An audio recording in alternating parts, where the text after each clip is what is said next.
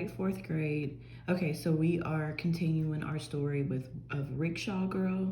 Um, and so as we know, Naima and Silene, they're talking, and Naima has come up with this brilliant idea to solve her conflict. And as we can recall, her conflict was she's wanting to be able to help her family, okay? But she can't because she's a girl. And so she wants to now go through with her idea of disguising herself as a boy, okay? So that she can drive her father's rickshaw and help him pick up people to make money for the family, okay? Silene says this idea is never going to work. People in the town will know that you are actually a girl, okay? And Naima says, no, they won't know. She changed her voice and said, I'll talk like a boy as well. So let's see how her plan all folds out. So we're going to continue chapter 5. Okay. Naima glanced around the village. The village was silent, the lane empty. Quickly, she climbed up on the cycle seat. She had to stand to reach both pedals at the same time. Grasping the handles for balance, she pressed hard with her feet. The rickshaw didn't budge. Naima pushed against the pedals with all her might. The rickshaw started rolling downhill. She was doing it. She was driving the rickshaw. As she turned the pedals, Naima pictured Father's smile as she handed him the taka she had earned. In her mind's eye, Mother got teary as she unwrapped a silk sari that Naima had picked out.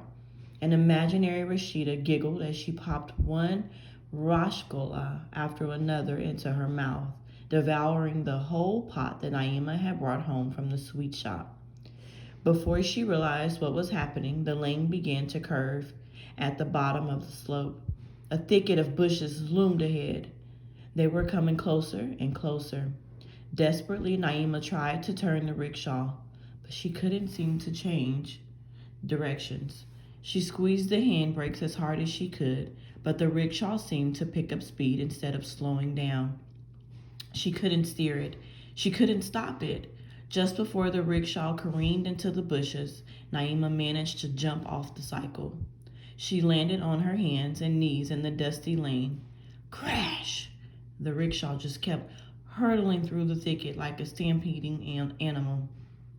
Naima stayed where she was and listened to the rasp of thorns clawing the tin. Her heart was beating like a tabla drum. When everything was still, she stood up and made herself look. The thorns had captured Father's gleaming new rickshaw bushes, closing around it like a trap. Naima groaned and turned away.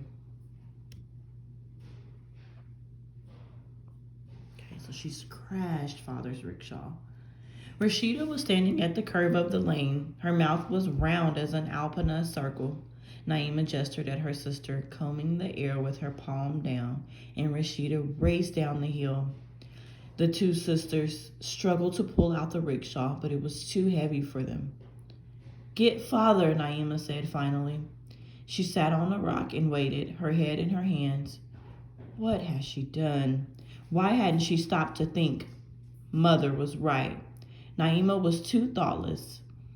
Silene had been right too. This had been another one of her silly ideas. Father and Mother and Rashida came running. Mother gathered Naima close, then she held her out at arm's length,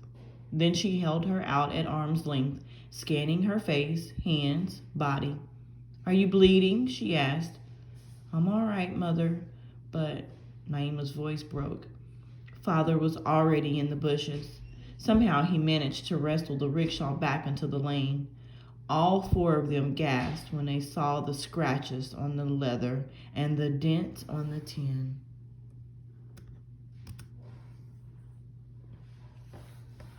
The peacock feathers on the side panels were torn and ragged. Even the painted lotus flowers on the back panel had been clawed by the thorns. Eesh, Mother wailed. You've ruined the rickshaw. Naima, what were you thinking? I was trying to drive it. What? Why in the world would you do something like that? I'm sorry, Naima managed to say, fighting back tears. I was trying to see if I could drive it so that I could give Father a rest. It was too late to explain her whole idea. She knew they'd never let her try it now. The sun has been shining too hot on your head, daughter, Mother scolded. Have you ever seen a girl driving a rickshaw? I thought you were growing up, Naima, but you're as careless as ever. Father didn't say anything. His face was grim. He climbed on and pushed the pedals. The rickshaw moved slowly like an ox, obeying its master even though it didn't want to. It still works, Father called over his shoulder, heading for the hut. Naima could hear the relief in his voice. She spanked the dust off her hands and clothes hard and trudged uphill slowly behind Mother and Rashida. Okay, so Naima wrecked the rickshaw. However, it's still working, but remember it has scratches and it's all scuffed up now. So Mother is disappointed. Father is still being positive and still trying to see the positive. He says it still works. All right, we'll continue chapter 6 tomorrow.